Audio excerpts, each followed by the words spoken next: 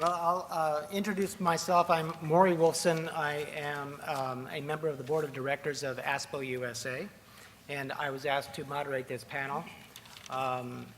As you may recall from my presentation yesterday, I work at the Governor's Energy Office in the state of Colorado and have been working on the peak oil story for quite a while. I wanted just to help frame this conversation. For when we were discussing how we would have a panel on electric power, there was some discussion about having kind of an electricity 101, and we felt that the electric power sector is so important that we needed to really get into it with some subject matter experts, some people who have been around the topic for a long time. I'd just like to say a few brief words about my feelings about how electric power is so influenced by policy. And I take you back to my own personal experience in Colorado, where things have changed so dramatically in the past few years. And it's happened as a result of the confluence of a number of things that have taken place. The markets have changed, I think, considerably as the price of natural gas has gone up and people are starting to see that we have supply constraints and price issues with natural gas. At the same time that that was happening, there was this part of that confluence of events was the carbon issue, where it became kind of an expectation that we can expect that at some point we are going to see carbon regulation in one form or another. And even the fact that nobody knows when this is going to happen, the fact that when Wall Street has that as a consideration, when people who want to build coal-fired generating stations have to come to get loans at Wall Street, they must come to the biggest banks with a pro forma, a financial pro forma that indicates how the utilities are going to be able to provide for cash flow in a carbon-constrained regulatory environment. So what's happened in Colorado, just to give you a real quick snapshot on that, is that in 2004, we put a citizen-initiated referendum on the ballot. It's called Amendment 37, which was a renewable portfolio standard, a requirement for a certain fraction of electric power to come from renewable energy. That passed despite a massive infusion of funds from the electric power industry. We were outspent 5-1, but it passed by a 54% margin. And what happened with that is because we now have a renewable portfolio standard, it kind of opened up the doors in Colorado for business we're open for business in Colorado. Just to wind this up in terms of what's happened in terms of economic development in Colorado is that in 2007, there was 750 megawatts of wind power that was put on in Colorado. That was second only to the state of Texas. And in the past year, we have landed the largest wind blade factory in North America to be just about 60 miles north of Denver. It's Vestas Wind. They had 8,000 applications for 650 jobs. Within 6 months, they made another announcement that they're building the world's largest wind tower factory right outside of Denver, and then another one in Pueblo, Colorado. So we've had an infusion of $750 million in the past couple of years on the wind industry in Colorado, and we are always looking at ways that we can increase the economic development opportunities within Colorado and within the region. So I think there's a lot of excitement out there. The electric power industry is definitely changing. I think Wall Street and policy makers are starting to connect the dots, so to speak, and recognize that it's time for us to change the policies so that we provide an economic incentive to the utilities who will invest in energy efficiency recognizing the macro trends that are out there. And that, too, is taking place in Colorado. So with that, I would just like to, I look very much forward to the presentations by these three individuals who have a wealth of experience. Our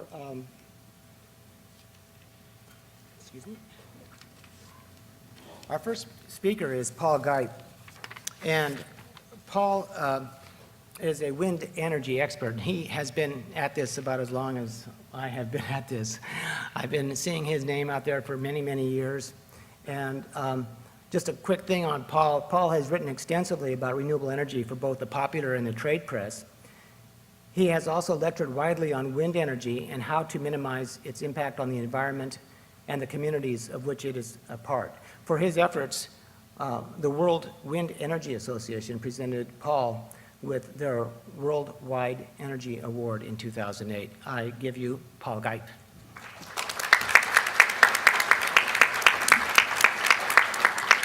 Well, thank you, Morey, and it is a true pleasure to be here in company of such an illustrious panel. I want to thank ASPO for the invitation to be here. We were in Indianapolis. We were doing a lecture tour in the Midwest talking about electricity feed-in tariffs and the possible application of this policy in the Midwest when I got the call from ASPO to fill in for your program today. So thank you for inviting me here. It's my first ASPO conference, and I hope to be back to many more. I would like to say, though, it's very hard, Morey, to follow Robert Redford on the program. I hope I can live up to that buildup. Well, I'm here to talk about today is a challenge worthy of great nations. How we here in North America can move from being nations of consumers to a nation of producers. Because all of us here in particular, the people of ASPO, know that North Americans have been until now dabbling around the edges of renewable energy policy because there's been little recognition of the crisis facing the continent. And no group knows this better than ASPO. And we also know that complacency is not a policy and that inaction is no longer an option. So yes, growth of wind energy in Colorado has been exciting. Growth of wind energy in Quebec and Ontario and elsewhere in North America, truly exciting, possibly as much as 8,000 megawatts will be installed this year. Significant, yes, but not nearly enough by any standard. Because there are a number of profound issues facing us here in North America. We have a critical need to rebuild our infrastructure. We've seen our bridges collapse, our industries are crumbling, and of course the grid is failing. And we all here know that oil production has peaked, and we know that liquid fuels are critical for transportation. Most North Americans are only now beginning to grasp that. And we too here at ASPO know that natural gas production has peaked, which is critical for heating, agriculture, and industry, and I don't think T. Boone Pickens realizes that yet. So for us here in North America, we must move beyond Kyoto. Climate change is not the only issue, and I'm glad to see that ASPO and people like Randy Udall are addressing this, because transportation fuels are critical to our industrial economies, and unfortunately, we in North America have very little public transit. So, this is a group, I like this kind of group because you're a group that works with numbers. So we're going to have some fun with numbers here. The United States consumes about 4,000 terawatt hours per year. About 3/4 of that comes from fossil fuels. So that's about 3,000 terawatt hours per year. So let's assume that we have a 2 megawatt turbine. It's capable of producing 4 million kilowatt hours per year at a modest wind resource, not the windy resources that they're currently developing in Colorado. So that's about 2 million kilowatt hours per megawatt per year, or about 2 million kilowatt hours per 1,000 megawatts, or 2 terawatt hours, 2 billion kilowatt hours per 1,000 megawatts per year. Now, some of you may use capacity factors. I don't use those terms, inappropriate for describing renewable technologies, but just to give you some range, that's 23% capacity factor. So capacity factor is already built into these calculations. So if we want to meet 3/4 of our electricity supply, so that's all fossil-fired generation in the United States, we need 3,000 terawatt hours of electricity per year. How many wind megawatts does that take? Well, that takes a lot, obviously, 1,500,000 megawatts of wind. Germany today operates over 20,000 megawatts of wind. That's 75 times Germany's current generation. But let's just don't look here at the United States, because we have integrated industrial economies here in North America, including Canada. Canada fossil-fired generation is about 160 terawatt hours per year. So let's eliminate the fossil-fired generation in Canada as well, because it too is a major emitter, not just in the United States, but fossil-fired generation is a major emitter of carbon dioxide and global warming gases in Canada. Let's try and eliminate all of that. So if we look at the fossil-fired generation in Canada, that's equivalent to 75,000 megawatts of wind. That's 4 times what Germany has installed today, but that's well within reason. Now, let's really make a challenge here. Not just all of thermal-fired generation, but let's look at personal transportation, light vehicles. Let's use electric vehicles, plug-in hybrids, whatever we want to call these things. But let's look at substituting electricity for passenger vehicles, not T. Boone Pickens' idea of substituting natural gas for liquid fuels, but substituting electricity for liquid fuels in electric vehicles. So light vehicles, of course, are a major carbon emitter as well. And we travel about 5,000 billion kilometers per year here in the United States. And if you assume these are all very conservative values, because I know we in ASPO like to look at conservative values. We don't want to look at the most optimistic best case, but conservative values, it would require another 1,500 terawatt hours per year for passenger vehicles in the United States. That's equivalent to 750,000 more megawatts of wind turbines in the United States. And in Canada, they travel almost 300 billion kilometers per year, and that would require another 50,000 megawatts of wind. So now what do we have? Thermal generation. So this is to meet Al Gore's objective of offloading thermal generation with renewables, would require 1,600,000 megawatts of wind. And if we look at passenger vehicles, substituting electricity in passenger vehicles, we're looking at another 800,000 megawatts of wind. So what do we have? Well, once again, we have a lot. That's 2,500,000 megawatts of wind. That's 120 times what we have in Germany today. Can we do it?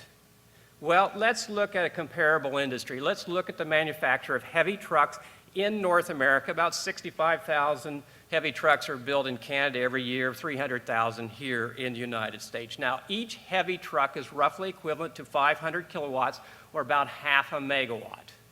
So if we converted the heavy truck industry here in North America just to produce wind turbines, say on a wartime basis, we stop producing trucks, we're only producing wind turbines, how many megawatts could we produce a year? Almost 200,000 megawatts per year, just converting our heavy truck industry. And what that says is that's the steel, that's the manufacturing space, that's the plant, that's employees, that's all the capabilities necessary to make that many megawatts of wind energy per year. So can this be done in North America? Can we do it in the 10 years that Al Gore said, or suggested, or laid out the challenge? My answer is no. 12 and a half years? Yeah, maybe we could do that. Certainly within 2 decades. And 2 decades is the amount of time that it took the region of Indiana where I grew up to exhaust its abundant natural gas in open flares. It only took them 15 years to exhaust the wonderful resource that was a gift to central Indiana in open flares to light the night. We could reverse that within 2 decades by converting, for example, our heavy truck industry to the manufacture of wind turbines. We could make that kind of conversion within 2 decades. So yes, it can be done. It certainly can't be done at the current pace, and we must cut consumption. That's one of the things I enjoy about being at this conference, and I hope to come back, as I said, is because you all agree on the necessity of not only energy efficiency, but also conservation, because we have to cut consumption. And we here know that we are energy hogs in North America. Now, everybody likes to pick on Texans, and I do too. Texans are the true energy hogs in North America. Ontario's not far behind, and Canadians aren't far behind, but we do like to pick on Texans. Californians here are the most energy efficient people in North America. We consume about 6,500 kilowatt hours per household per year, about half that of the typical Texan family.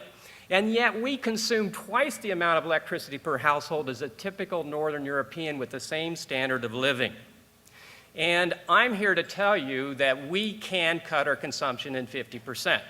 Because Nancy Neese, my wife, and I, we have done that. We've practiced what I preach in lectures like this in our own home, and we were able to cut our consumption almost 50%, down to 3,000 kilowatt hours per year, the level of the typical Northern European with the same standard of living. And why that's important is not everybody loves wind turbines, or because there's so many wind turbines in the plan I've laid out, that if we want to reduce the number of wind turbines on the landscape, we need to reduce our consumption. And this chart illustrates that to have the amount of wind turbines to serve the need of a Texan versus those of a German family, it takes far fewer wind turbines to do the same job. When people ask me, this big wind turbine out here, how many homes does it serve? I say, where? What do you mean, where? Here. No.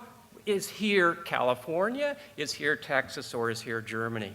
So how does this plan compare to the other plans you've been reading about, seeing on TV? Well, it's far in excess of the American Wind Energy Association, which took almost a decade to come up with a plan that won't be fulfilled before 2030. Or how about the Pickens plan? Well, it's considerably more than the Pickens plan of 400,000 megawatts. If we did the full build-out that I had envisioned with the business as usual, it would cost us $5 trillion. It would take about 7% of the lower 48's land area, 6 times the Pickens plan. But if we could cut our consumption by 50%, then this proposal is only 3 times the Pickens plan, would only cost us about $2.5 trillion, and add on several hundred billion more for the electricity transmission system that would be a part of that. So we're much better off than Europe, much better off than Germany. We have more land, more wind, more hydro for backup and storage, and a lot fewer people. We also have abundant biomass from our forests and wood waste. We have tremendous solar potential, and particularly concentrating solar potential in the Southwest. And geothermal energy. It was good to see that my colleague here, John Geesman, one of his most recent postings on his blog, by the way, it's a very interesting blog, and I encourage you all to take a look at it, said drill here, drill now. And he meant drill for geothermal, because there's a tremendous potential of geothermal energy in the United States and Canada that we have not tapped yet. So yes, we have it all here in North America, so we can do it. The USA and Canada could go 100% renewable energy, so we can do it, but we certainly can't do it with current policies. Now, North America is capable of huge national undertakings. We built the big dams on the TVA, the big dams on the Columbia. Canada built Ontario Hydro, Hydro-Quebec in Quebec, and of course, eventually we granted all our citizens equal rights in the United States. And would you believe it, all of us sitting in this room today, and there's not a single person in here smoking, would you believe that's possible 20 years ago? So we are capable of major national undertakings. And of course, unfortunately, we're also capable of a large national undertaking called war. And if we had invested the $600 billion we've invested so far only in the Iraq War, we would have 20% of our electricity today in the United States from wind energy alone. So North America needs a massive reconstruction of its infrastructure, and we can use renewable energy to reindustrialize the North American economy.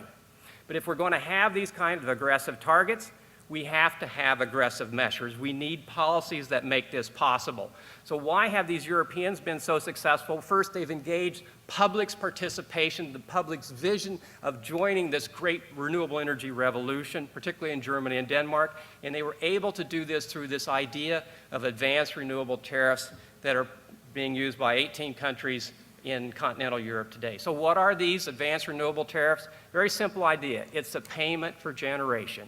We call them feed-in tariffs. It just means that if you generate wind energy, you're paid for it. If you generate solar energy, you're paid for it. It is a political price, but it's not a political quota. We say we will pay for the electricity, and we let you go out there and build it. And if you build 2,500,000 megawatts of renewable energy, Good, you've done what we want to accomplish. So these advanced renewable tariffs, as are used in Germany, France, and Spain, deliver more capacity, more quickly, importantly, more equitably, because they enable participation by everyone. These kind of programs are open to everyone, people like you and me, people like you in the audience, all Americans, all Canadians can participate, because these feed-in tariffs turn farms, homes, and businesses into entrepreneurs, according to Terry Tamminen, former advisor to Governor Schwarzenegger, because we as a nation, we as a continent, need to move from a nation of consumers to a nation of producers, from a culture of consumption to a culture of conservation. We need a lot more wind in North America. We need a lot more solar, because there's no time left for half measures. There's no time to lose. This is a challenge worthy of a great nation, and I believe we can do it if we change our policies. Thank you very much.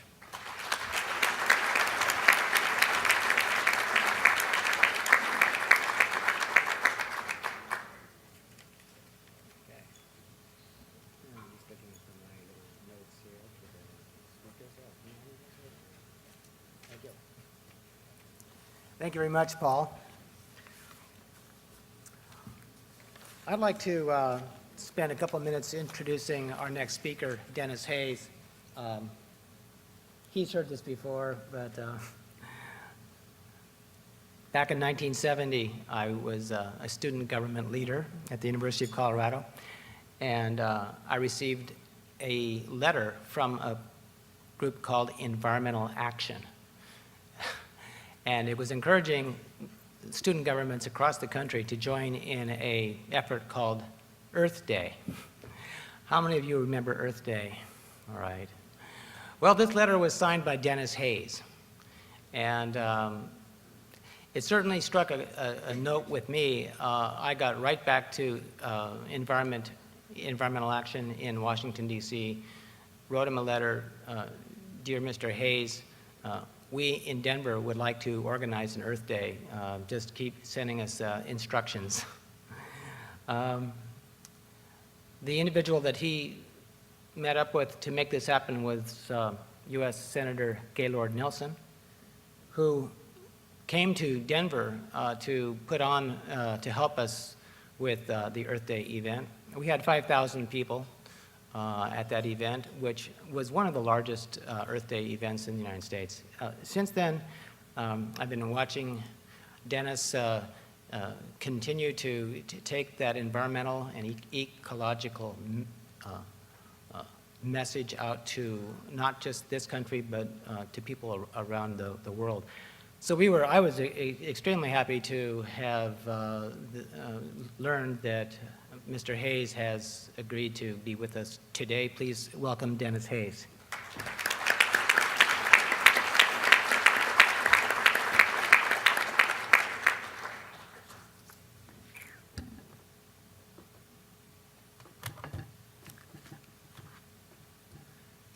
It has been a very long time since I've been at a conference where I was not the gloomiest speaker. I was recently introduced by a guy who said, Denis is to gloom what China is to smoke, the world's biggest operation. But now here at my very first ASPO conference, I've come to the conclusion I'm probably not even in the most pessimistic half of this crowd. Going on from what Paul was talking about, I'm guessing that probably in a rational world, what I should be doing is talking about solar and its various manifestations. But I'm one of those people who does speaking in the just-in-time sense, and last night I looked at the program, saw this amazing speech topic, which if I have seen it before, I must have been even more whacked than I was last night on the tequila. I am to talk about something akin to the revolutionary transformation of the human prospect, which I'm not entirely sure that I'm going to successfully accomplish today. There are a fair number of myths about solar. I'd be happy to deal with them in the question and answer period if we want to go there. But I've got limited time, an enormous task in front of me, and I'm going to jump right into the prospective title. David Hughes talked this morning about turkey forecasts, where everything seems to be going pretty good until Thanksgiving. These unexpected events, the things that Nassim Taleb writes up as black swans in the investment field, include such things as the disappearance of Fannie Mae, Freddie Mac, Lehman Brothers, and the largest insurance company in the world in the course of a couple of weeks, followed closely by the disappearance of the entire American investment banking enterprise. Such events are not commonplace, but they happen. And I had long thought that that would be what would transform the energy sphere. The classic political black swan was Pearl Harbor. The rest of the world was at war by 1940, but basically America remained on the sidelines, other than Lend-Lease, until December 7th, 1941. 1 month later, in his State of the Union speech, President Roosevelt announced plans to build 60,000 airplanes, 45,000 tanks, 20,000 anti-aircraft guns, and various other wartime necessities. And the nation converted swiftly from a manufacturer of consumer goods into a nation at war. In the actual event, the United States produced 88,410 tanks and self-propelled guns, nearly twice Roosevelt's 45,000 goal. Instead of 60,000 aircraft, which was an enormously ambitious goal because we'd produced only 4,000 the previous year, we actually produced a stunning 325,000. Of these, 98,000 were bombers. America produced more bombers than were produced by all other nations on Earth on both sides of the war. It also produced 2,382,000 military trucks, 22 aircraft carriers, 349 destroyers, and 422 submarines, all in a couple of years. And as Randy Udall pointed out last night, our material contribution to the war effort may have been, or our most material, may have been oil. The Soviet Union produced 110 million metric tons of oil. That compares with Germany's 33.4, of which 23.4 were synthesized from coal. Germany produced 10 tons of oil, Japan 5.2 tons of oil, the United States 833 million metric tons of oil. While other nations needed to scrounge abroad for energy, America was richly blessed with the most valuable fuel of the era. So I've been preparing for 35 years for the energy Pearl Harbor. In fact, I've been involved in 3 very elaborate planning exercises for what we would do when that moment of opportunity come, but it's come and gone repeatedly. We've had the Arab oil embargo, the Iran-Iraq war, Desert Storm, the Kuwait war, the current Iraq war. We've seen the Shah, an ally so strong that we gave him his own nuclear power plant, replaced by a robustly anti-American regime in Iran, whose nuclear power plant we are now a little bit worried about. We've had Chernobyl, we've had 9/11, any one of which a Franklin Roosevelt kind of response could have really converted the nation, I think, relatively swiftly into a very different direction.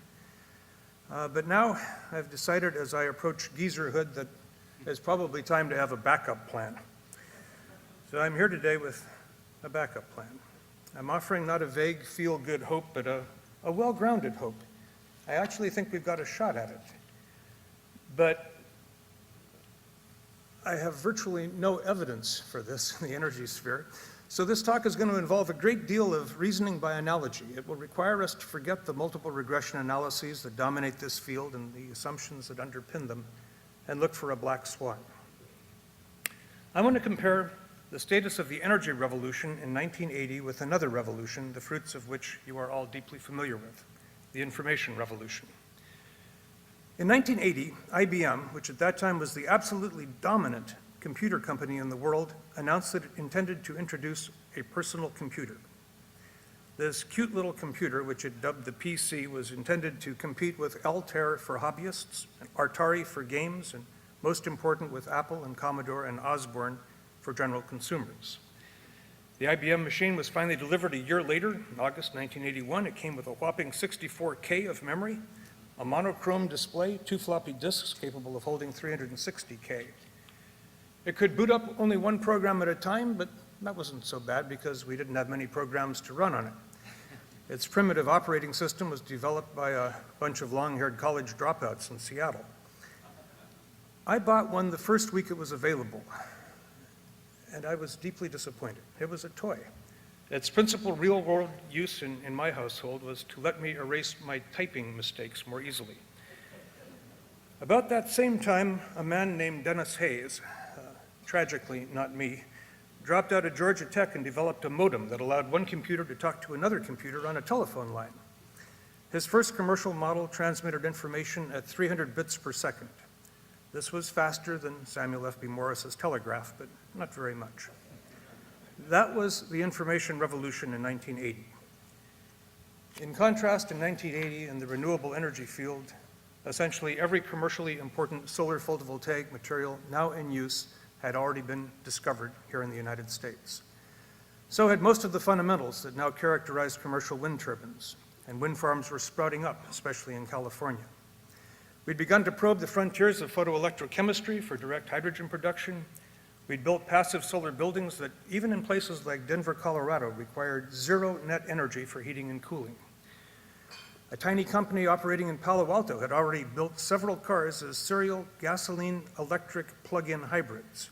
Their two-way power flow between the house and the car was not just more elegant than my Toyota Prius, but way ahead of the Chevy Volt that GM hopes to introduce in 2010. The Volt will, like those cars in Palo Alto 40 years ago, be a serial hybrid. The gasoline engine only runs a generator to recharge the batteries. And we had compact fluorescent lamps already invented, as had heat mirror glazing and solar tubes. What problems were these two prospective revolutions seeking to address? Well, those addressable by the renewable energy revolution included the increasing use of oil as a diplomatic weapon by Middle Eastern states, huge trade deficits and a weakening dollar associated with oil imports because domestic oil production had peaked 10 years earlier, the apparently lethal blow to the nuclear industry from the 3 Mile Island accident in 1979, and climate change, which already in 1980 was clear enough to have elicited a very stern warning the previous year from the National Academy of Sciences. In contrast to these enormous energy problems, those that were being addressed by the IBM PC were elementary word processing, creating spreadsheets, and playing games. In 1980, America's renewable energy program was the envy of the renewable energy world. We spent more money, employed more PhDs, generated more patents, and installed more projects than the rest of the world combined. Jimmy Carter had proclaimed the goal of obtaining 20% of the nation's energy from renewable resources by 2000, and I oversaw a comprehensive 2-year study that produced the set of policies designed to achieve that goal. A huge amount of that, incidentally, was on the demand side. We were going to squeeze down the denominator, hence making the 20% numerator easier to achieve. In his best-known energy speech, President Carter said, "Our decisions about energy will test the character of the American people and the ability of the President and the Congress to govern. This difficult effort will be the moral equivalent of war, except that we will be uniting our efforts to build and not destroy." Not Project Apollo, mind you, which had an almost imperceptible impact on the American gross domestic product, but the moral equivalent of war. And I was thinking World War II.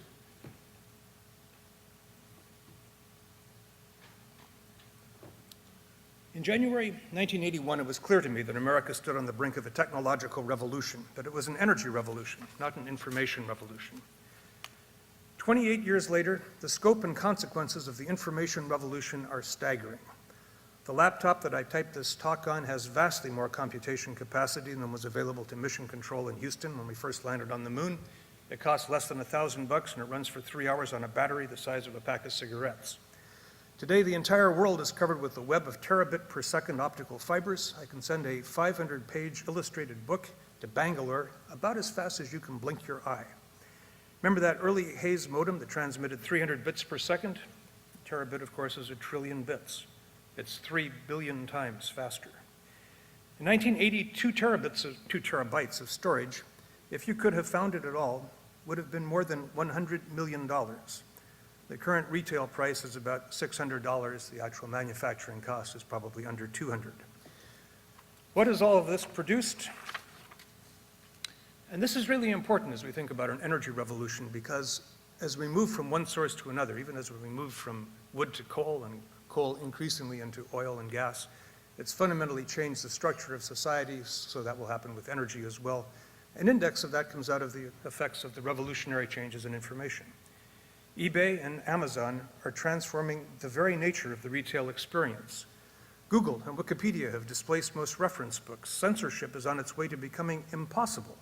Privacy is on its way to becoming an archaic term with no contemporary relevance. And go on, most emphatically about the recent drift away from self-contained, high-powered, distributed microcomputers to an increasing reliance on an astonishingly intelligent, interactive, all-pervasive network depending on a relatively small number of giant complexes with hundreds of petabytes of storage, the global information cloud. The information revolution is a real revolution, and it's accelerating. Meanwhile, renewable energy development has advanced to approximately the stage that I'd expected to achieve by 1985. And this is the really painful part. That progress has been mostly due to advances made by the Japanese, the Danes, the Germans, and others, most recently the Chinese. The similarities between the information and energy fields are striking. In 1980, both fields were still highly centralized. When I left NREL, it had one computer, a controlled data Cyber 76. It occupied its own small climate-controlled room and was serviced exclusively by its own dedicated staff. Virtually everything that we used it for can be done today on my iPhone. Energy facilities, whether oil fields, coal mines, refineries, or power plants, were similarly concentrated. Both of the fields enjoyed major benefits, perhaps transitory in both cases, from a shift to distributed networks. With distributed intelligence, we develop smart appliances, smart cars, smart industrial processes, and with distributed energy, we can avoid transmission costs and achieve enhanced resiliency. A power source next door is worth much more than an identical power source in the next state. These distributed advantages allowed small disruptive technologies to literally eat the lunch of giant monopolies. Both of them see their growth occur right at the cusp where exciting science meets wonderful engineering. So why did the information revolution blossom while the energy revolution was stillborn? And what lessons can we learn? Each of those questions probably deserves a semester course, but in 2 or 3 minutes, let me try to say something useful or at least provocative. The federal government inadvertently contributed the essential building blocks of the information revolution. The Department of Defense and NASA had enough demand for expensive integrated circuits to convert them into cheap commodities that would then sell to the general public and in the process generate adequate revenues to sustain Moore's Law. The intention was to launch spaceships and weapons, but the ultimate effect was to launch the information revolution, to embed silicon-based intelligence throughout the built environment and increasingly these days even throughout the organic environment. The Department of Defense and the National Laboratory System developed ARPANET, which ultimately evolved into the Internet. The Federal Reserve, worried about recession, pumped out ridiculously cheap money throughout the 1990s, and this in turn promoted the irrational exuberance that allowed the private sector to do things that made no economic sense. For example, it built the worldwide infrastructure for that cloud network years before there was content to fill it. Visionary companies that did this mostly crashed and burned, taking their investors, including myself, down with them. But the dark fiber was acquired by others for peanuts, and it is now rapidly being lit. In contrast, the federal government consciously set out to destroy the renewable energy industry, or at least its most promising technologies, and to eliminate funding for the basic research that could propel it into a world-changing force. Okay, even at ASPO, that probably sounds a little bit paranoid, but it happened. I was there. In the spring of 1981, the Reagan administration completely dismantled the nation's renewable energy program, firing 2/3 of CERI's researchers and all of its contractors, including 2 who went on to win Nobel Prizes, and slashed its budget by 80%. This basic approach has characterized Bush I, Clinton, and Bush II administrations. The American photovoltaic industry, which produced more modules than the rest of the world combined in 1980, is a case in point. For fundamental reasons, I believe that the energy future will be won by technologies that are not materials intensive, that are simple to operate, resilient to disruption, widely distributed, and produce large net energy gains over their lifetimes. So the photovoltaic story is important. It uses a trivial amount of material, it has no moving parts, produces no greenhouse gases or bomb-grade materials, and yields electricity whenever the sunlight strikes it. We had enough of a head of steam when I left the government, and other countries were slow enough off the dime that the United States remained a player in the incredibly small global photovoltaic market for a long time. As recently as 10 years ago, 1998, America still manufactured more PV than any other nation. We produced 51 megawatts. Japan in second place, but growing, manufactured just 36. But a few years earlier, Japan had put in place a series of small policy initiatives that were about to bear fruit. So the next year, Japan passed us, never looked back. And a couple years later, first Germany and then other European countries put into place some truly powerful policy initiatives, including the feed-in tariffs that John Geesman's going to discuss, and shifted both PV and wind into hyperdrive. These incentives were precisely analogous to the purchases of very expensive computer chips by the Department of Defense and NASA, driving up the volumes being produced, driving down the costs with economies of mass production. US production has since grown fivefold. This is the photovoltaics, much of it to be sold to other countries. But total world production has grown 27-fold, from 114 megawatts to 3,000 megawatts last year. Of the 10 largest PV manufacturers in the world this year, 4 are Japanese, 4 are European, and 2 are Chinese. This is not due to a lack of American intellectual capital or entrepreneurial skill. It is a direct result of public policies, here and there.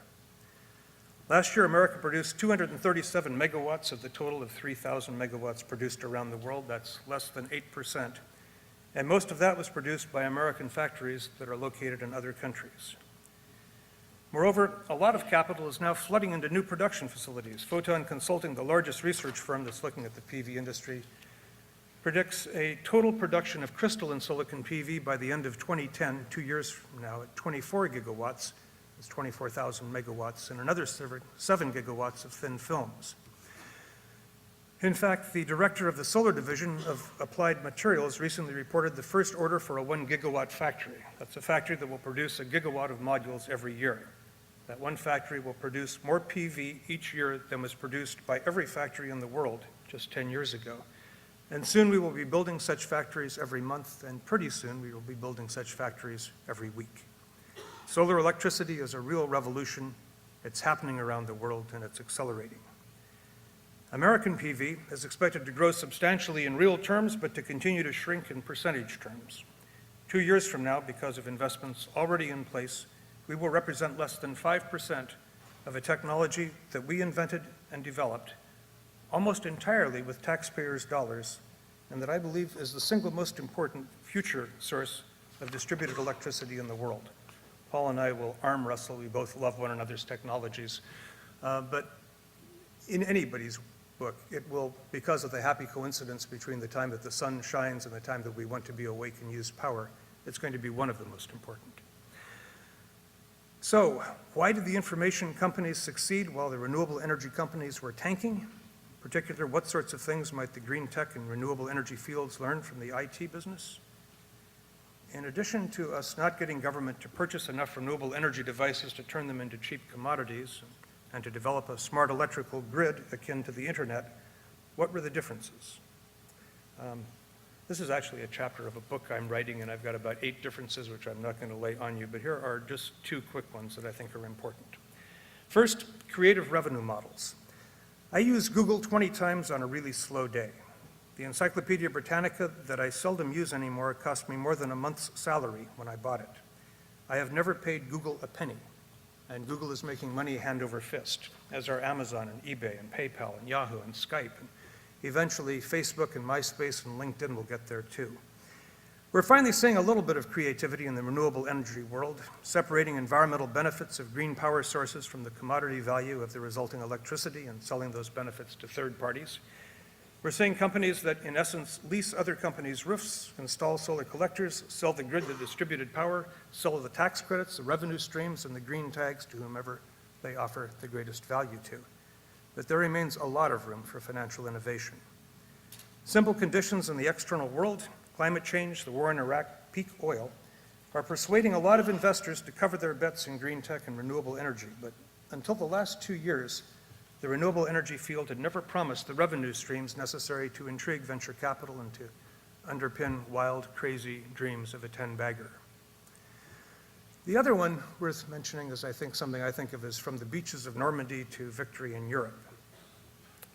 Information companies have repeatedly captured a very small beachhead and used it to transform something much larger. An obvious example. The iPod is a nifty little music player. It began as a small, elegant descendant of the Sony Walkman. It went on to utterly transform the nature of the music business. Compact discs are on their way to being a very small niche. Most news shows are now downloadable as podcasts. Steve Jobs never expected to download recorded books and see bestsellers as recorded books, or the use of iPods as photo albums.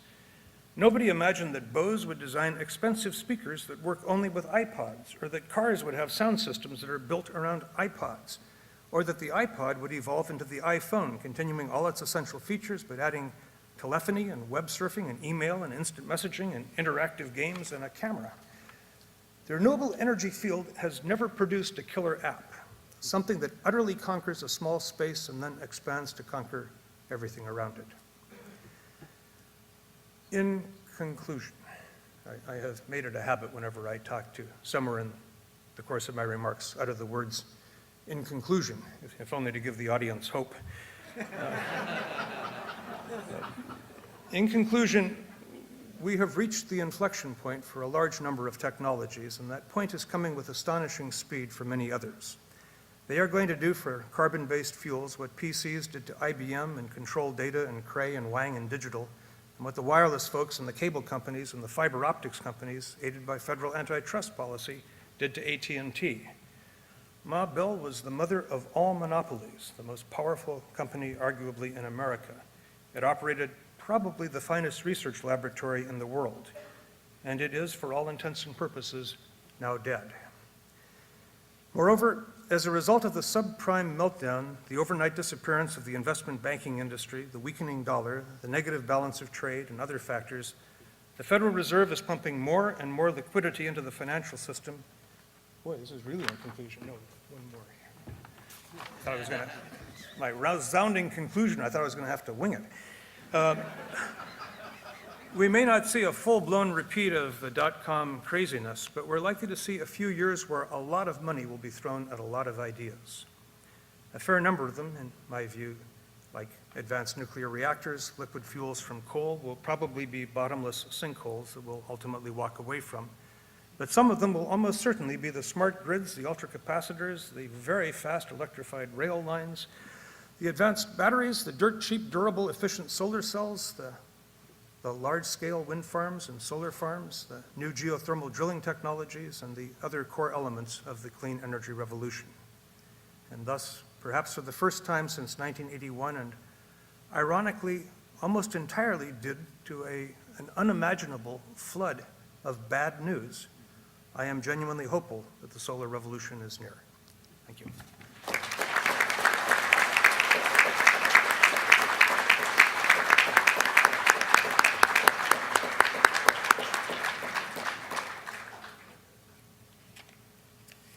Thank you so much, Dennis. That was really very inspiring, and you know, I was enjoying every word of it because when you get to be my age and you've lived through all of these years, and you know, we had these ideas. I was reminded that in 1970, which I'm taking you back to once again, right after we organized that Earth Day event, somebody showed up in my office, complete stranger, and he worked for Martin Marietta. And he said, I've come to give you a gift. Okay, well, what's the gift? And he has this little box. And I open up the box, and I look at it, and I look him right in the eyes, and I say, what is it? He said, what you're looking at are photovoltaics. They convert sunlight into electric power. And I just stood there. Now, at that point, photovoltaics was $100 a watt. There are people here in the room that could update this information, but I think it might be around $3 a watt now. Well, depending upon what you're buying, if you're getting a super efficient cell from SunPower, it's probably about $7.50 a watt installed. If you're looking at the manufacturing costs of the new thin films, they're probably on the order of 75 cents a watt. Okay, so you get that kind of range. And so what was the dot-com industry in Silicon Valley is becoming rapidly the what-com industry. And I think that it falls right into what Denis has talked about and what our next speaker is very expert on. So I'd like to give you a brief introduction to our next speaker. John Geesman is a name that I've seen for a number of years as I've been following from Colorado what's happening in the bellwether state in California. Let me just say that John has been a prime mover in California energy policy during two separate eras that saw explosive growth in renewables. In the late 1970s, he was executive director of the California Energy Commission. He later served as commissioner from 2002 until earlier this year. In between, he spent 19 years as an investment banker, specializing in the debt markets. He is the co-chair of ACOR, that's the American Council on Renewable Energy, and is the originator of the provocative blog and podcast greenenergywar.com, John Geesman.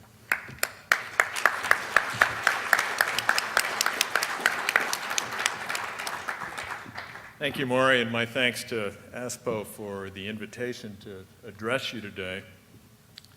I think I'm here to reflect upon our experiences in California in the two separate eras that I have been involved in government policy and try and draw some conclusions from that.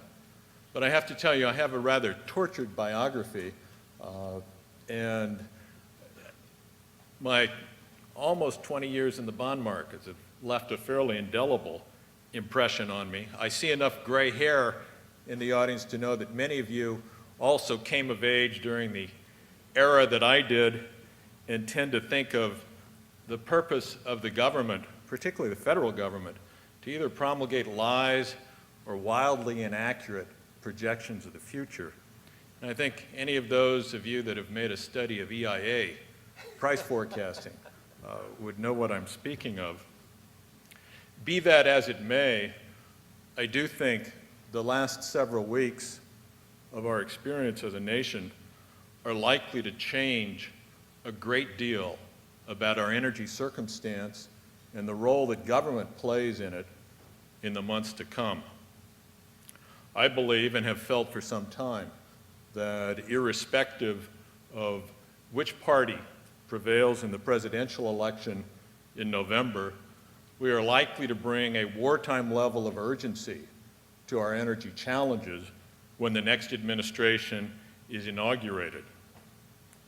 Getting to a sense of what motivates energy policy in California, in the Southwest, in the Northeast, truly all around the world, I believe there are three drivers, and three drivers that have consistently played varying roles as governments have tried to formulate policy addressing energy over the course of the 3 decades that I'm most familiar with. One is energy security. You ask any government official responsible for determining policy, energy security consistently ranks at the top of his or her list. A second is environmental improvement. In recent years, that has taken on a climate change framework, but there are many other environmental challenges associated with our energy system that motivates policy. And a third area is economic development, both the maintenance of a prosperous economy and an effort to hive off some portion of the massive revenue flows, the massive payment streams that our energy system represents in order to promote better and more economic development at the point of energy end use. I think in reflecting upon the inaccurate projections of government, the one that I'd frame at the top of my list today was from the last administration. And that was when the president said, the era of big government is over. I should say, in the interest of bipartisanship, after 8 years of compassionate conservatism it would appear that the era of big government is just beginning. I think, like that or not, and I have a somewhat jaundiced eye about the fallibility of government and the likelihood of errors or mistakes in judgment, like that or not, it is likely to dominate our energy policy considerations over the course of the next several years. The federal government, if you add in the $700 billion being talked about today in Congress to the nearly $300 billion already racked up in dealing with the economic dislocation on Wall Street, is offering up between 5 and 7% of national GDP to stabilize the system. That's in excess of what the Swedes spent in terms of their GDP to stabilize their banking system in the early 1990s. Is there anyone in this room that thinks that our energy problems are not of at least comparable challenge to our financial problems? Anyone here care to advocate that particular perspective?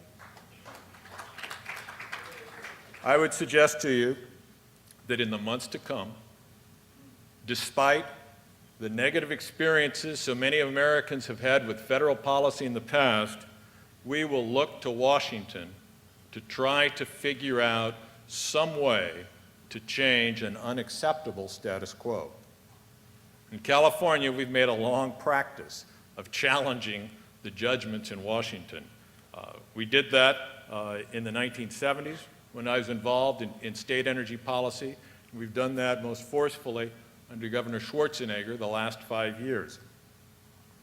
In both instances, our electricity policy gravitated to a preference for energy efficiency and renewable sources of energy.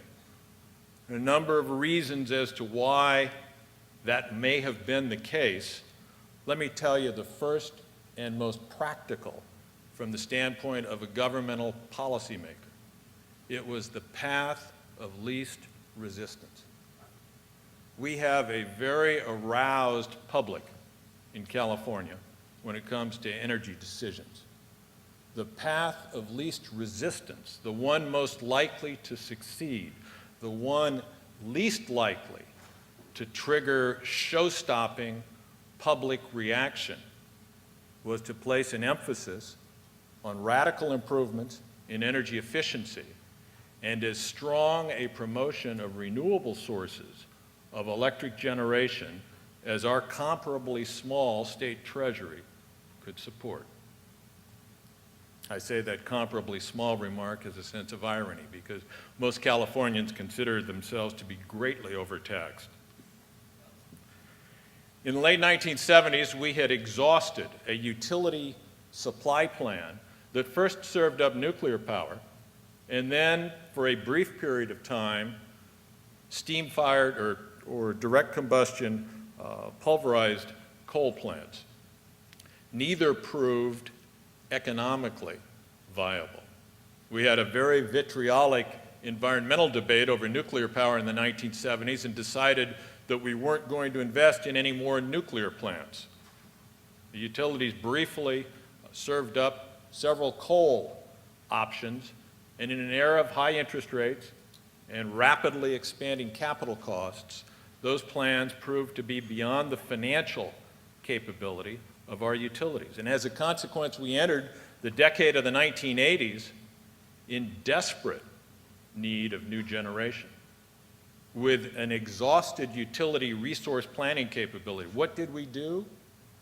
We put the most aggressive application possible of the Carter administration's Public Utilities Regulatory Policy Act, which was the mother of all feed-in tariffs, required utilities to purchase power from certain eligible technologies. In California, that proved to be renewable technologies, and elsewhere in the United States, as well as California, gas-fired cogeneration.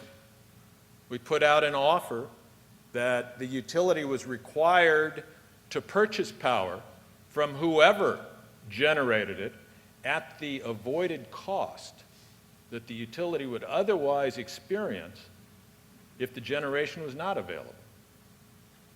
Now, I mentioned the fallibility of government decisions, and believe me, that's an imperfect process. The contract levels that were established in the early 1980s were clearly cheaper than the coal proposals. The nuclear proposal wasn't really applicable, but it too would have been more expensive than the price paid under this first feed-in tariff. Overnight, we had responses of about 6,200 megawatts. At the time, we had an installed base of 50,000 megawatts, so 6,200 is a pretty large number. Ultimately, more than 12,000 megawatts of contracts were signed. Only about 8,600 of them came online.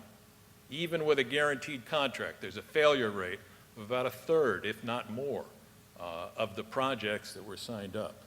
But had it not been for that 8,600 megawatts, California would have never experienced the prosperous 1980s that we did. And they came from non-utility sources, a level of technology or types of technology nowhere represented in utility supply plans. It also secured what industrial base we had left in our economy, and it's provided extremely good jobs at extremely good wages for a blue-collar workforce that in other circumstances was being chased out of the state. As Denis described, the federal policy shortly thereafter was to defund and in some instances destroy the efforts that had been made to foster renewable energy industry. The Germans, particularly attracted to the nuclear issue that California had gone through, spent a lot of time reviewing how our feed-in tariff had worked. We certainly didn't call it a feed-in tariff. That's their invention from a nomenclature standpoint. But they adapted that system in the early 1990s, substantially goosed it up in the late 1990s, again in the context of a nuclear power debate. The Green Party was the primary sponsor initially of the feed-in tariff proposal. And the European Commission has determined that that mechanism has proven more successful at bringing on more megawatts of renewable generated electricity at lower costs than any of the other comparable policy instruments the other European countries or the United States have experienced. In California, it left us with about 11% of our electricity generated from renewable sources of electricity. And actually, let me put an asterisk on that claim, because if I included large hydro, which was not a subject of the feed-in tariff mechanism, and which frankly predated that mechanism, if I included large hydro, I'd add another 20% of our electricity sources into the renewable column. Like the rest of the United States, we have veered away from that policy instrument in the last 20 years. We instead rely on something called a renewable portfolio standard, where we direct the utilities to sign up renewable generators. We have a current goal of 20% of our electricity to come from renewable sources of electricity by the year 2010.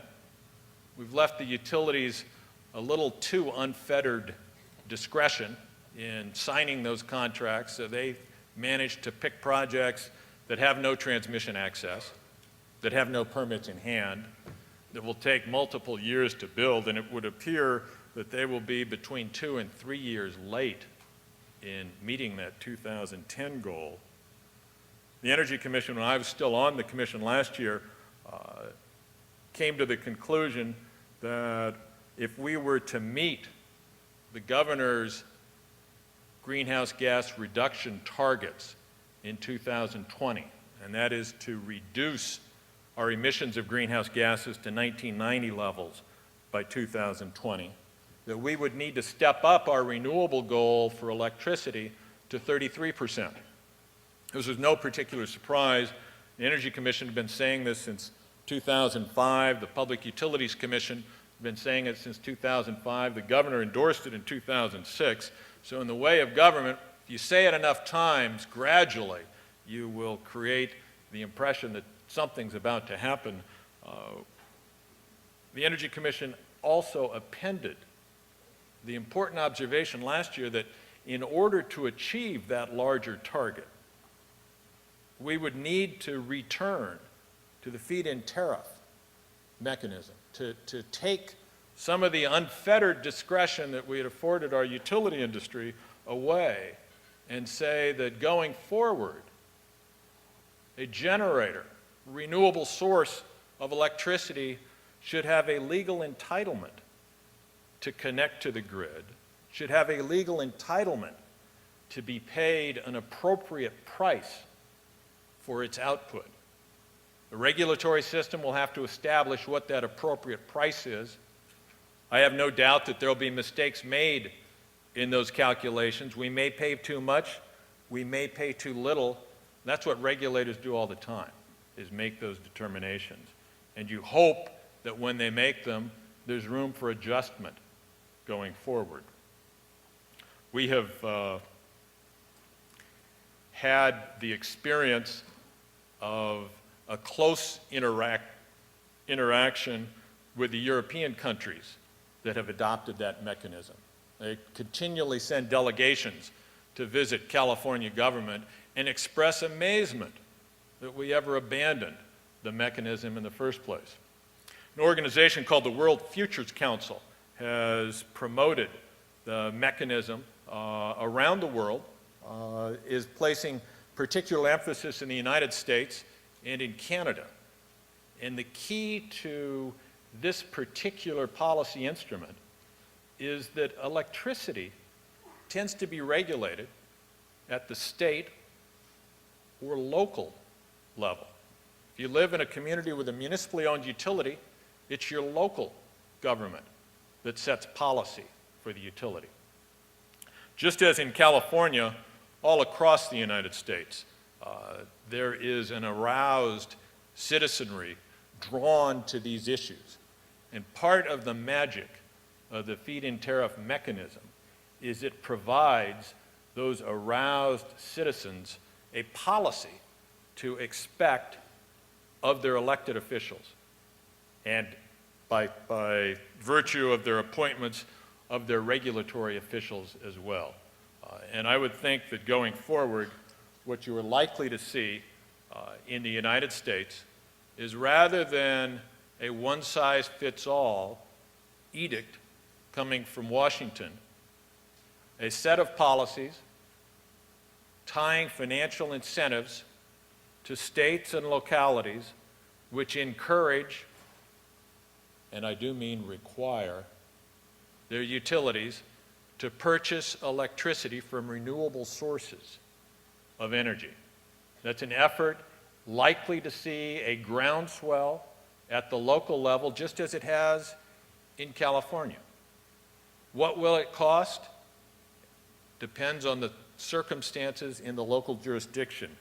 The last report that was published before I left the Energy Commission, published late last year, found that the contracts signed by our utilities under our renewable portfolio standard had come in 85% of the energy associated with those contracts had come in below the so-called market price referent.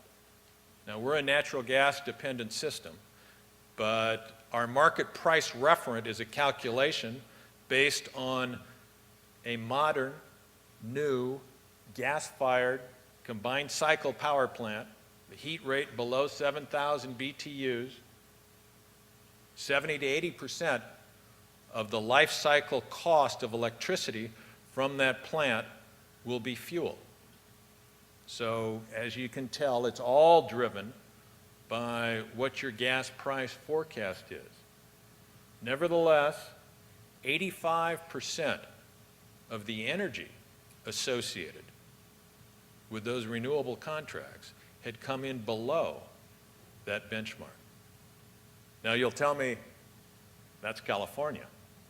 You're a gas-driven system. Well, the Northeast is a gas-driven system. And I think those of you that have followed the climate change issue, that have seen the cancellation of coal projects that have taken place over the course of the last year, that have seen some of the early retirements of coal plants that have taken place just in the course of the last 6 months, know that our electricity system all over the United States is headed in a natural gas direction. The incremental plant is likely to be a gas-fired plant. So I would suggest to you that there is a good likelihood that going forward, renewable source of electricity likely to prove a lot more economic than has previously been thought to be the case. Morey, I'm wrapped. Are you? Thank you very much. Thank you so much.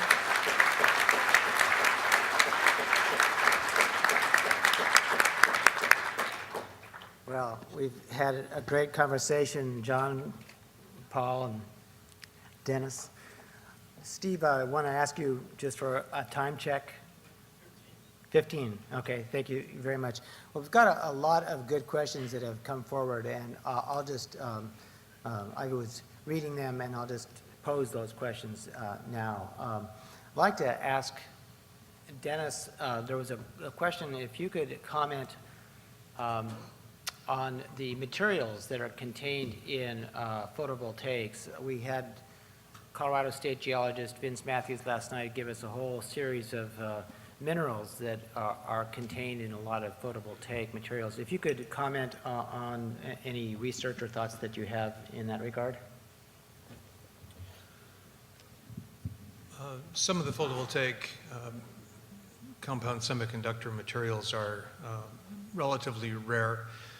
They've not been aggressively prospected for in most cases, and it may well be that there's more out there once you start looking for them, as there tends to be for most things. You can do the photovoltaic revolution, however, without them. I think the problem is going to be less one of running out of basic materials, particularly if we have a halfway decent recycling program as part of it, than it will that some of the least expensive options that we currently have involve some toxic materials. And that could cause some problems in the workforce if you had things structured incorrectly. And they might even be banned in some European countries if they were to have a change in policy. If they were in anything other than encapsulated photovoltaic cells, some of the things that are involved actually would be banned in Europe. Cadmium, for example, arsenic. But there's a wide variety of different materials that you can use. Many of them are enormously abundant, and the next great burst of creativity is with nanotechnology, driving down the costs, driving up the efficiency, and most of those are going to be using materials that are fairly commonplace. Thank you. We've got a question here that I'll address to Paul. The question is that Texas has adopted a wind tariff fee to pay for transmission of wind energy paid by all electrical users in the Texas power system. Question is, do you see this as an approach to be adopted by the Eastern Power Grid or the Western Interconnection? Well, usually don't use Texas as a model for anything in the renewable energy field, and I'm not familiar with that particular tariff, but what John Geesman and I are talking about is that the consumers will pay a fee on their electricity bill, a certain percentage of electricity bill, to pay for renewable energy development that will include increased transmission and distribution to collect the renewable energy resource. So what they do in Germany is if you have a wind development, a solar development, and there's currently not enough capacity on the distribution system to take that renewable resource out of that area, the utility is obligated to build it, and all consumers pay. Thank you. I guess I'd like to pose this to John, and you are a strong advocate, of course, for feed-in tariffs, and I'm wondering if you could share your thoughts as you reflect upon the effectiveness of feed-in tariffs as compared to renewable portfolio standards, looking perhaps at the debate within the European Union? Well, I guess the comparison I draw is more immediate than the European one, and that is that the collapse of Constellation Energy last week, or I guess you should describe it as the acquisition of Constellation Energy by Warren Buffett. The United States and the United Kingdom have relied on certificates of renewable status as trading instruments, which, you know, provide a certain amount of gravy to the renewable generator, but because of the volatility in their value, they do not provide a bankable revenue stream. So you cannot finance a new project with it.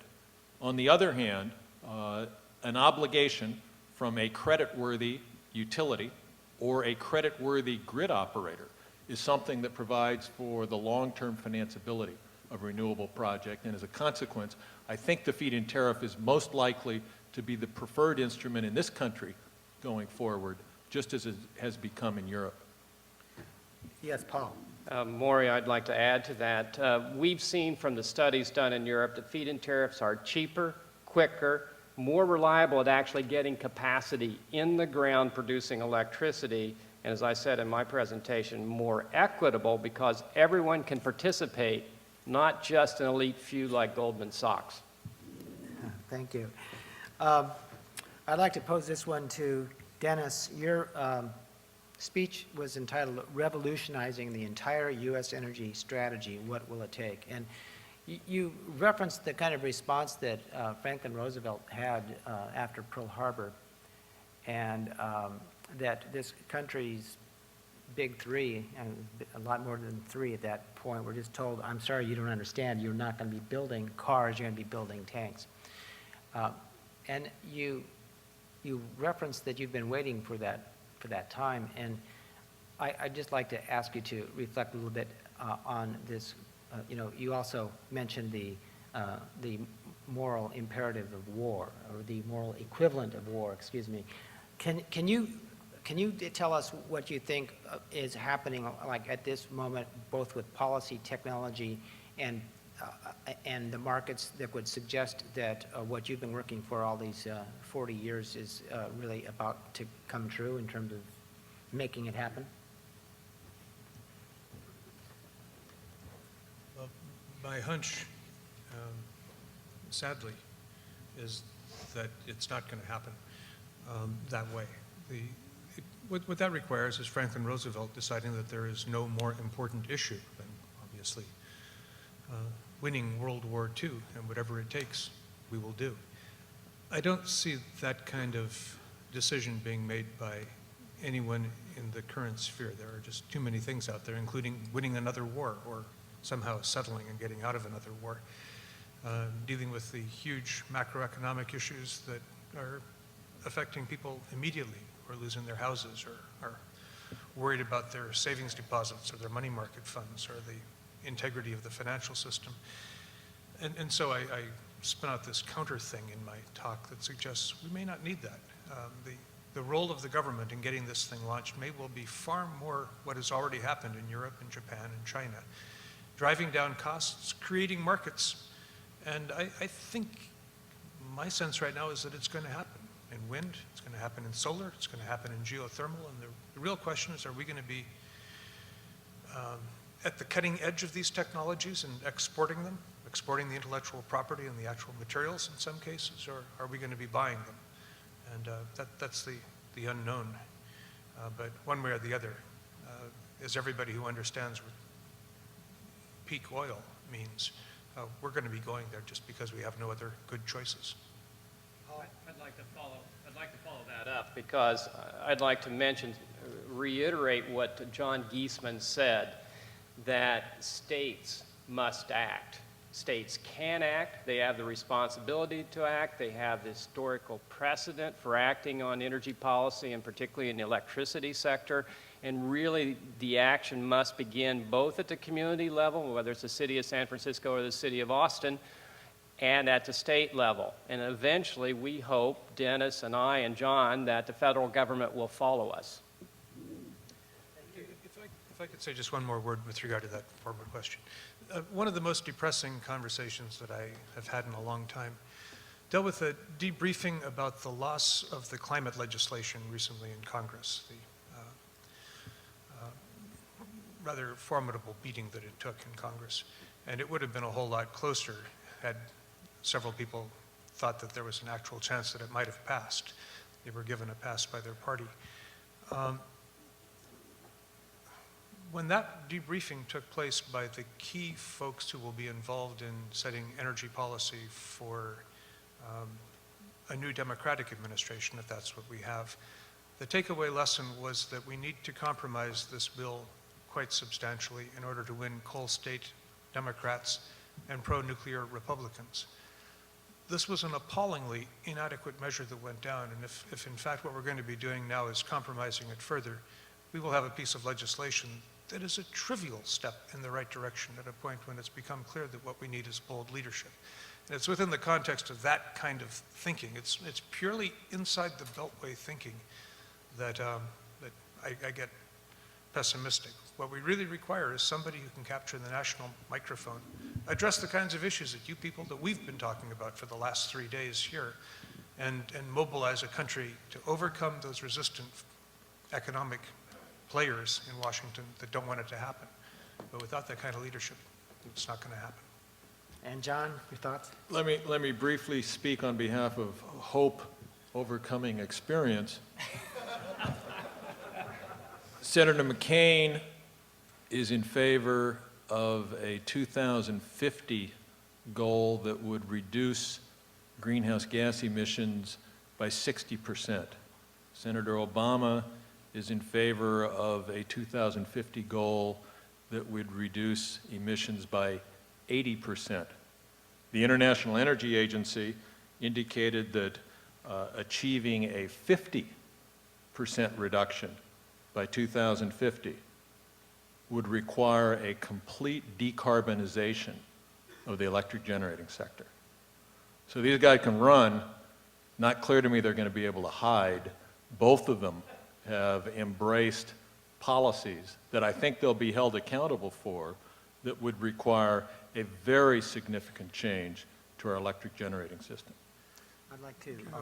We shouldn't get bogged on this, and I'm sorry to be as feisty as I've been at this conference in both of my panels, particularly with people that I admire as much as I do John, but I think there's a big difference between embracing a goal for 2050 and embracing a set of policies. I was talking about the details of the nature of the cap and trade system, where the caps are going to be implemented, what kinds of things you're going to be allowing as offsets. It's not a pathway that gets you to the goal. There are quite a few questions that go to the topic, essentially from an embedded energy perspective, that when we hear your proposed plans, Paul, of all of the wind turbines and towers, the embedded energy, the amount of retooling that would be required in that. I'm wondering if you could give us some thoughts, if you've had the opportunity to do some of the calculations on, let's say, the energy return on energy investment and that sort of thing. Usually we return the energy contained in the wind turbine, the tower, the blades, the concrete foundation, usually within the first 4 months at the modest wind sites, within 6 months, and they have, we estimate, 20-year life, though we have turbines here in California that were installed under those feed-in tariffs, the standard offer contracts of the early days, that are still running today 25 years later. So Cutler Cleveland's done a number of studies on this, looking at other studies elsewhere, and it's published on the oil drum. But we recover the costs embedded in the machines in the industry to make them within 4 to 6 months. Thanks, Paul. Okay, we've also had quite a few questions that go to the topic of, we've had a lot of conversation on photovoltaics, but on the solar theme, there are a lot of questions on concentrated solar power. And I know that, John, in your work at the California Energy Commission, you've probably seen a lot of reporting on that. I'm wondering if you could give us a characterization of how you see the opportunities for large-scale, utility-scale concentrated solar power with storage and so forth. There are 40,000 megawatts currently under consideration in the Southern California desert, somewhere in the permitting process. Not clear how many of those will pass muster. Much of it is on federal land. There are competing uses for that federal land. The environmental impacts are principally endangered species related. So several of those projects, if not many of them, may fall victim to the desert tortoise and other rare and endangered species.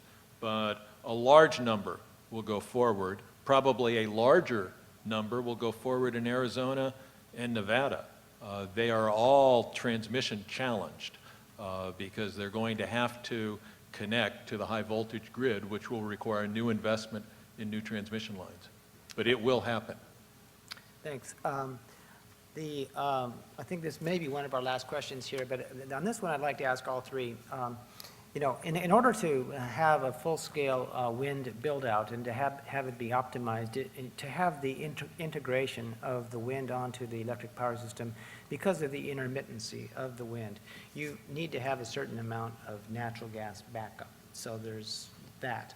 I was just wondering if, starting with you, John, if you could give us your thoughts as to how much additional or what kind of reduction in natural gas you would see on net with a full-scale wind build-out in California.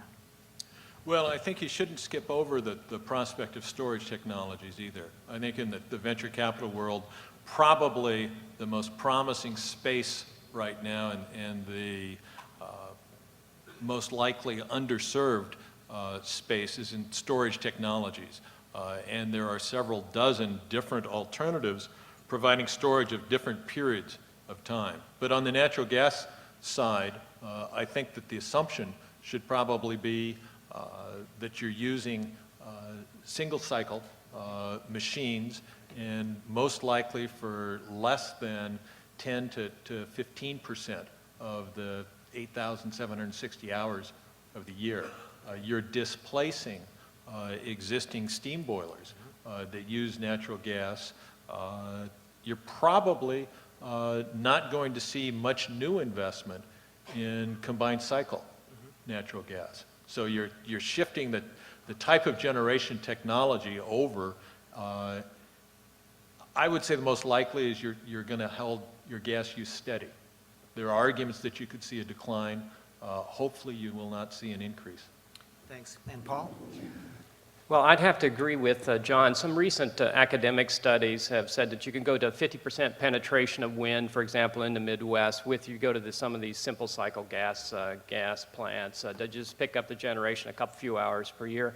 And there's some people in the audience that insisted that I address the question of if we have a completely integrated continental system, wind turbines from California all the way across the breadth of North America to New Brunswick, that wind will be blowing someplace all the time, and there will be generation. And one of the things that I've proposed in other presentations at other venues is not only east-west links, but also east-west links in Canada. Canada has a very robust hydro storage capacity, and most of their links are north-south with us in the U.S., and Canada can do east-west links. It also allows us to treat the North American market as a North American market. So it's my presentation today only looked at wind energy, but I must emphasize we are only talking about a basket of resources. We're talking about all renewables, not just wind, and not just solar,